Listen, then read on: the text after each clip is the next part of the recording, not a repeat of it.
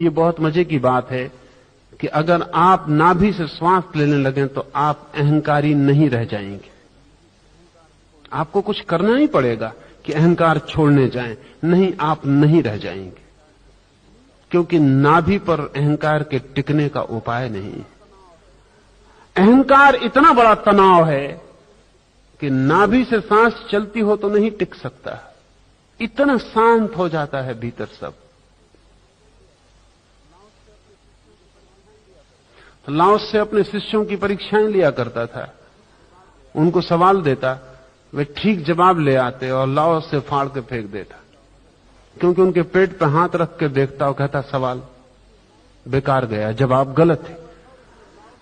एक युवक आया हुआ था और उसने लाओस से कहा, तुम पागल तो नहीं हो, तुमने जो समझाया था ठीक वही वही लिख के लाया हूं। लाओस ने कहा वो तो बिल्कुल ठीक है, लेकिन जो लिख के लाया है उसकी श्वास नाभि से नहीं चल रही, और ये जवाब तो तभी आ सकता है भीतर से जब श्वास नाभि से चल रही हो। तुम मुझे सुन के ले आए हो, ये बुद्धि से सुना गया था, बुद्धि से दे दिया गया, तुम्हारे भीतर इसका कोई भी अनुभव नहीं है।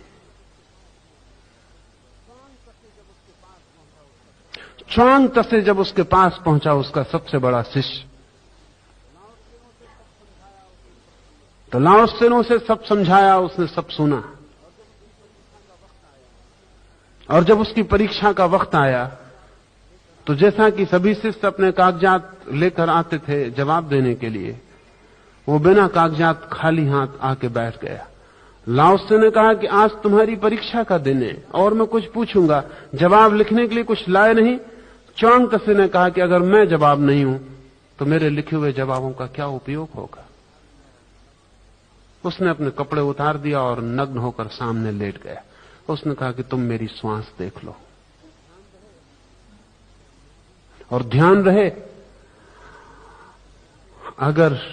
अगर नाभि से सच्ची श्वास नहीं चलने लगी है और आप सिर्फ कोशिश करके चलाते रहें, तो जब कोई आपकी पेट पे हाथ रखेगा फौरन श्वास सीने से चलने लगेगी। फौरन जैसे ही आप कॉन्शियस हो जाएंगे श्वास आपकी सीने से चलने लगेगी। वो तो बच्चे जैसे सरल ही ना हो गए हों कि कोई पेट पे हाथ रखे या कुछ भी करे, श्वास वहीं से चलती ही है। डॉक्टर जब आपका हाथ अपने हाथ में लेकर नाड़ी नापता है तो आप कभी ये मत सोचना कि नाड़ी उतनी ही होती जितनी डॉक्टर को पता चलती। डॉक्टर को भी कम से कम थोड़ा उसे घटा लेना चाहिए, उतनी नहीं होती, वो डॉक्टर के पकड़ने से बढ़ती, बढ़ेगी ही, क्योंकि आप सचेतन हो गए, आप कॉन्शियस हो गए, घबराहट आ गई, तनाव बढ़ गया।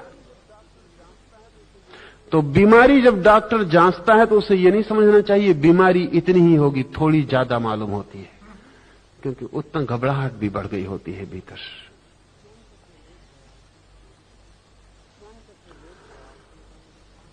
च्वांग तसे लेट गया और उसने कहा मेरी श्वास देख लो।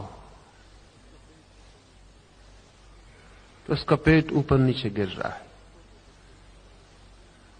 तो एक छोटे बच्चे की तरह लेटा है। अल्लाह उससे कहता है कि तू उत्तीर्ण हो गया है, अब मुझे कुछ पूछना नहीं, क्योंकि जो जवाब दे सकता है अब तेरे भीतर मौजूद है। बुद्धि से हटाना है चेतना को और नाभि की तरफ ले आना है।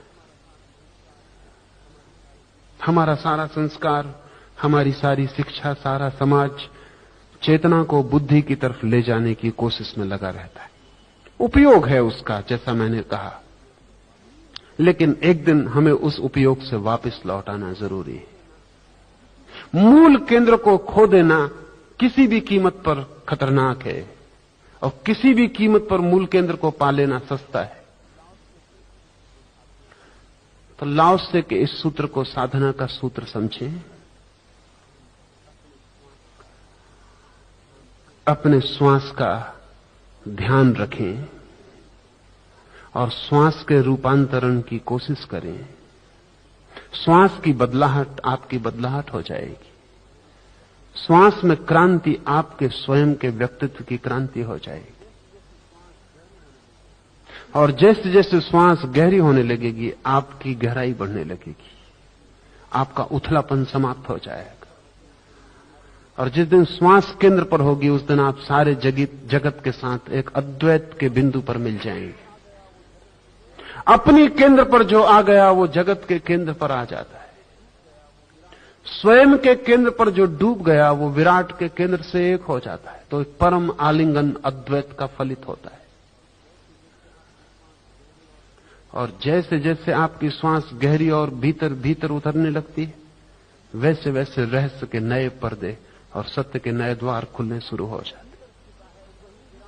जो मनुष्य के भीतर छिपा है वही विराट में विस्तीर्ण होकर फैला हुआ है।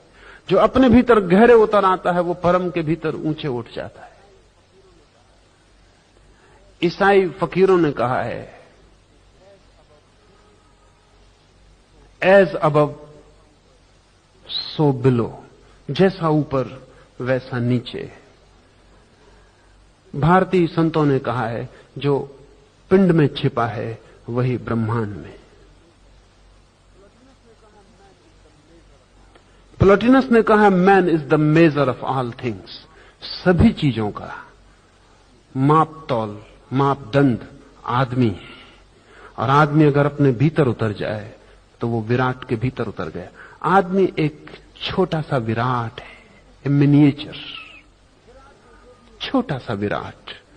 विराट में जो भी है सब उसके भीतर है। सब अपने ही केंद्र पर पहुंच जाने से व्यक्ति विश्व के केंद्र को पा लेता है।